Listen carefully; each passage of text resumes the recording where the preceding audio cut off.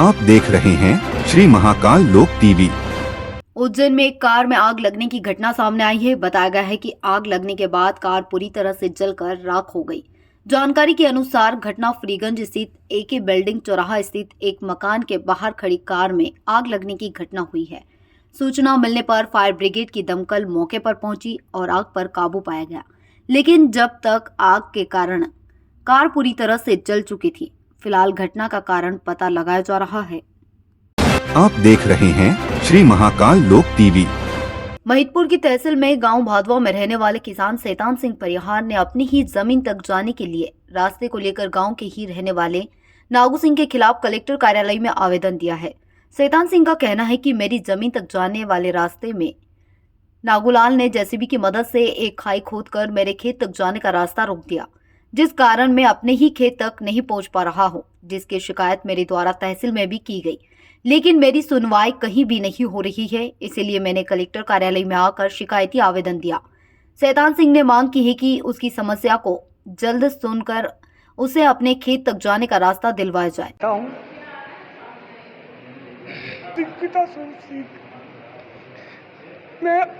मेरी माँ 100 साल की है, मेरी जमीन पर अवैध कब्जा कर लिया, जैसे भी मशीन से खाई दे दी। रोकने के गया तो मेरे को बोला कि जान से मार दूंगा। मेरा ढोर खेत घर में बन गया। मैं बोला मेरा मनक तो नहीं निर्णय दिया। मैं तहसीलदार के पास में गया, तहसीलदार मौके पर आया तो तहसीलदार के ना जाने किसी अधिकारी का फ़ोन आने लगा, तो तहसीलदार बोला कि यहाँ रास्ता नहीं मिलेगा। तो सरकारी ज़मीन और मेरी निजी ज़मीन में रास्ता चाहिए मेरे को। कोई उस नागू सिंह की ज़मीन में नहीं निकलना मेरे को। मेरी ज़मीन और सरकार की ज़मीन में मेरे को रास्ता दिला दो। मेरी हज़ारों साल से मेरी ज़मीन मेरी उम्र है 50 साल की, मैं वहीं खेती कर रहा हूँ। मैं गवाह दिवाड़ो तो मैं नौकर रखता, वो नौकर भी बोल रहा कि हाँ यही ढोर निकाल रहा था। अभी मेरा ढोर 6 महीने से बारिश हुई तब से ढोर घर में बंधे। अभी फसल कटी तभी दूसरे रास्ते से 1 किलोमीटर 2 किलोमीटर होके ढोर ला रहा खेत में। अभी गेहूँ बोया कि फिर वापस घर में बन जाएगी। मैं निकलूँ कहाँ से? और मैं नागू सिंह की ज़मीन से कोई लेन देन, वो खेती कर रहा है सरकार की ज़मीन से, तो मैं सरकार से यह आवेदन है कि वो उसको खेती करने दो। मेरे को तो 5 पेड़ जगह दे दो, मैं निकल जाऊँगा बस, और कोई आपत्ति नहीं मेरे को। मेरा ढोर न मेरा घास वगैरह माते लेके आऊँ, खेती का सामान तो मैं लेके निकल के घर आ जाऊँ। इसकी शिकायत पहले आपने कहाँ पर करी है? मैंने शिकायत महिदपुर तहसील में तहसीलदार को करी है और पटवारी को बोला तो पटवारी साहब ने मना कर दिया कि ऐसे उसका नक्शा लाओ पुराना कि लिखित में कि यहाँ पे रास्ता था, अगर नहीं ला पाएंगे तो तुमको रास्ता नहीं मिलेगा। तहसील पटवारी साहब बोले। आपका क्या नाम है? मेरा नाम शैतान सिंह है, कहाँ के रहने वाले? भादवा का रहने वाला। आप देख रहे हैं श्री महाकाल लोक टीवी। सावर तहसील के बीबीखेड़ी गांव में रहने वाले एक किसान ने यह शिकायत की है कि उज्जैन में एक निजी चिकित्सक द्वारा उसकी पत्नी का गलत इलाज किया गया है। किसान ने यह भी आरोप लगाया है कि उसके साथ जालसाजी भी की गई है। मीडिया कर्मियों को जानकारी देते हुए किसान प्रकाश ने बताया कि उसकी पत्नी को कैंसर की शिकायत है और वह उसे इलाज के लिए एक निजी चिकित्सक के पास लेकर आया था।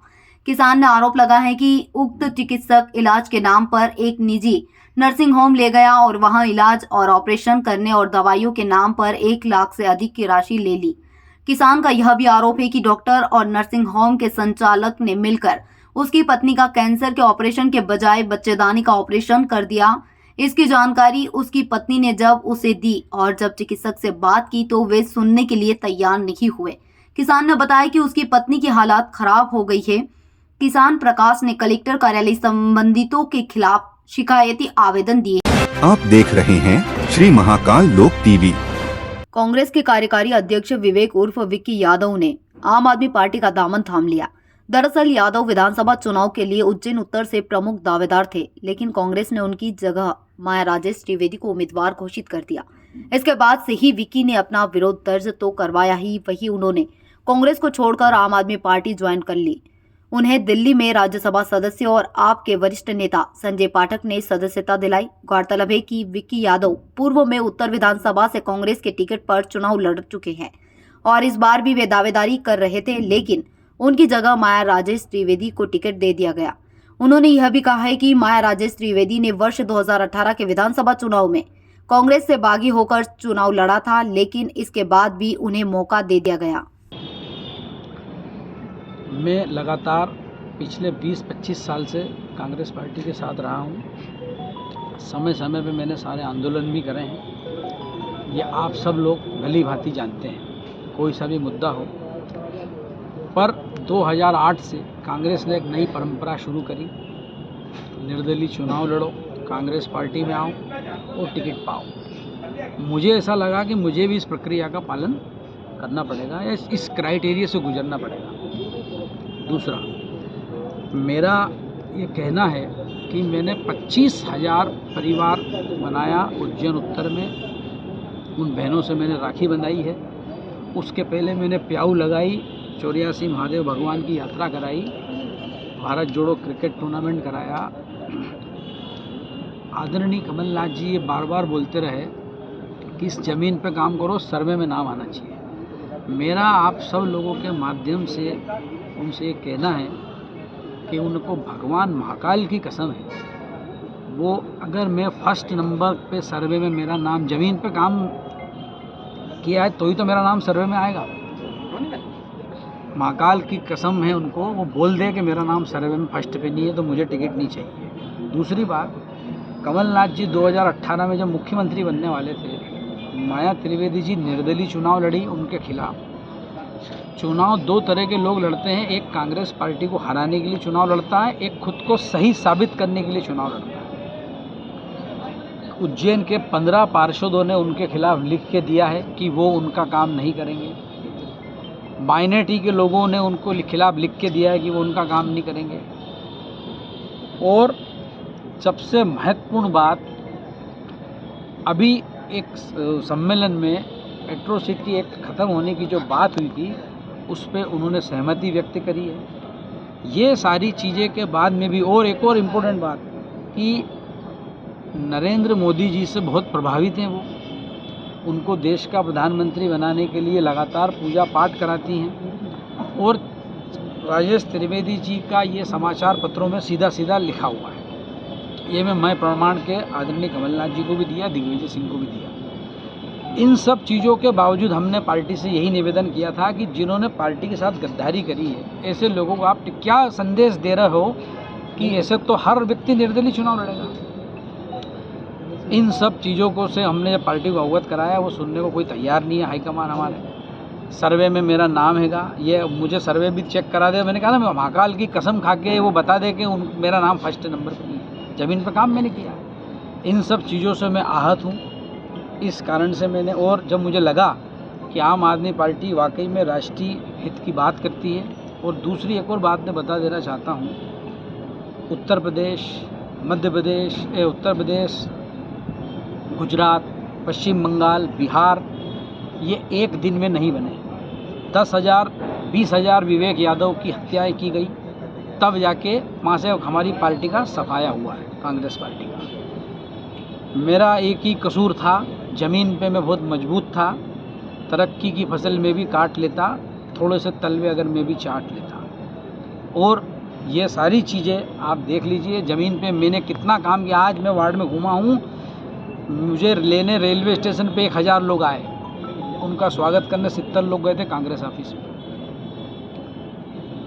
ये सारी चीज़ें हैं। एक बात और मैं आपको बता दूं कि साजिशों के फेर में फनकार दब के रह गया, गद्दार तमगे ले गए, हकदार दब के रह गए। आप चुनाव लड़ रहे हैं?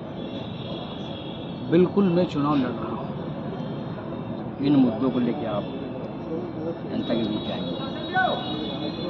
उज्जैन में यातायात को लेके दोनों पार्टी के पास कोई प्लान नहीं। सबसे ज़्यादा ट्रैफिक की समस्या वर्तमान में उज्जैन के लोगों के साथ में है। इसके लिए अंडर ब्रिज बनाने की सख्त ज़रूरत है।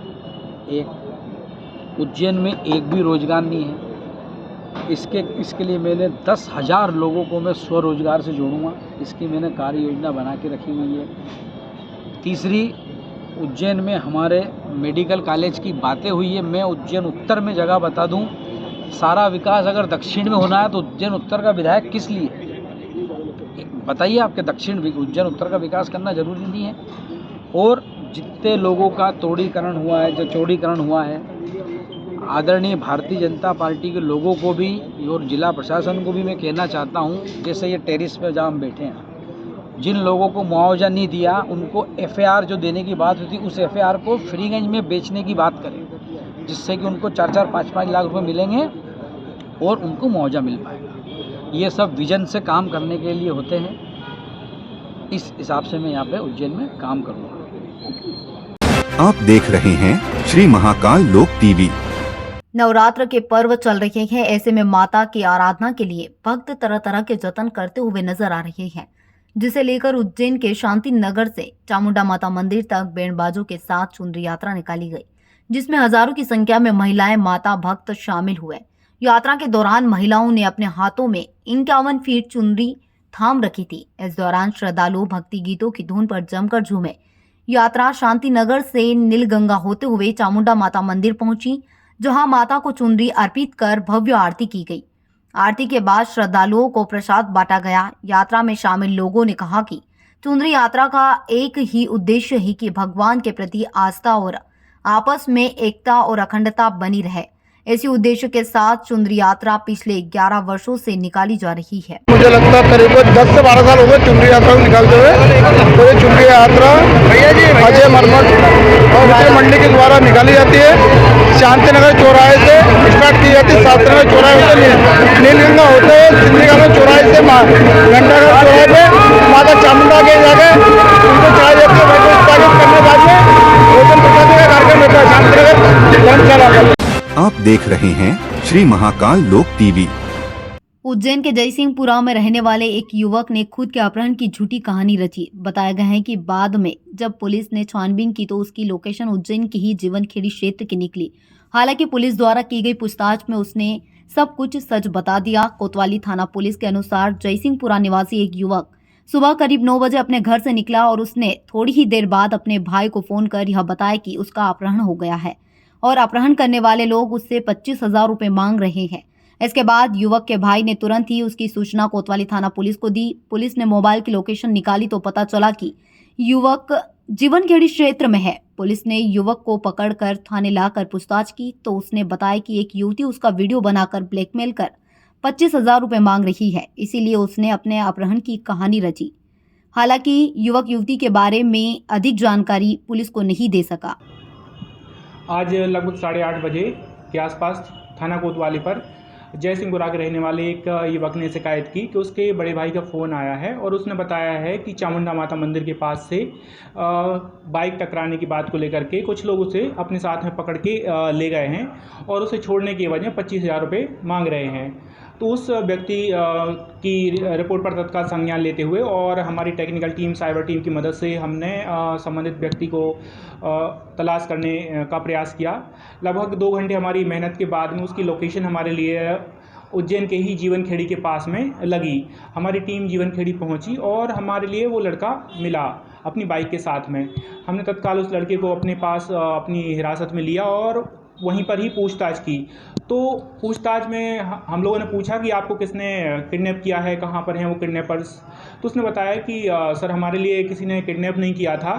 कल हम सोशल मीडिया पर वीडियो देख रहे थे, तभी हमारे लिए एक वीडियो कॉल आया जिसमें सामने एक न्यूड लड़की थी और उसने मेरा वीडियो बना लिया। उसके बाद फिर मुझे धमकाया कि मुझे 25,000 रुपये दे दीजिए, नहीं तो हम ये वीडियो सोशल मीडिया पर वायरल कर देंगे।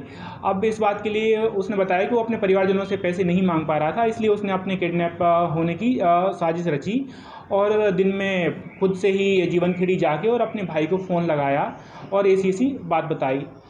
तो कोई प्रकरण इसमें दर्ज गया है किसी की ओर से? संबंधित लड़के को हम लोग थाने पर लेके आए थे, उसकी काउंसलिंग भी करवाई, उसके परिजनों को बुलाया गया है, उस पर बाउंड ओवर की कार्रवाई की गई है और उससे पूछा भी गया कि आप संबंधित वीडियो पुलिस को दीजिए और कौन आपको ब्लैकमेल कर रहा है उसकी जानकारी और नंबर हमारे लिए शेयर कीजिए।